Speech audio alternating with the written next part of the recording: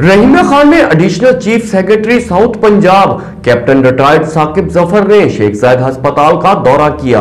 अस्पताल में जारी तरक्याती कामों का जायजा लिया। मज़ीद जानते हैं यासिर अली गुमन की इस रिपोर्ट में। Additional chief secretary south Punjab captain retired Saqib Zafar ने शेख जायद अस्पताल रहीमिया खान का दौरा किया। अस्पताल में जारी तरक्याती कामों का जायजा लिया और हदायत जारी की कि मुकर्रर टाइम में तरक्याती कामों को पाया तकमील तक पहुँचाया जाए। Deputy commissioner Rahimiya Khan, Shakeel Ahmed Bhatti, principal professor doctor Mohammad Saleem Lagari, MS doctor Agha Tauheed Ahmed Khan और महकमा बिल्डिंग के हुकाम भी इनके हमरा थे। Additional chief secretary captain retired Saqib Zafar ने इस मौका पर गुफ्तगू करते हुए कहा कि शेख जायद अस्पताल रहीमिया खान में तरक्याती कामों का मंसूबा निगरान वजीर आला पंजाब मौसम नकवी की हदायत पर शुरू किया गया है और इस मंसूबे पर गवर्नमेंट ऑफ पंजाब की काफी भारी लागत आई है। उन्होंने मजीद बताया कि इन कामों की तकमील से अस्पताल में मौजूद सहूलियात में बेहतरी आएगी। एडिशनल चीफ सेक्रेटरी ने बताया कि अस्पताल में वाटर, सीवरेज और बिजली का पूरा निजाम तब्दील किया जा रहा है और इस प्रोजेक्ट के तहत नए फर्श, दरवाजे और फॉल्स सीलिंग लगाई जा रही है। पहले मरहले में outdoor gynae surgical block, CCU, nursing hostel का काम जल्द मुकम्मल किया जाएगा। कैमरामैन अदनान नजीर के साथ यासिर अली गुमन, राज न्यूज़, रहीमिया खान।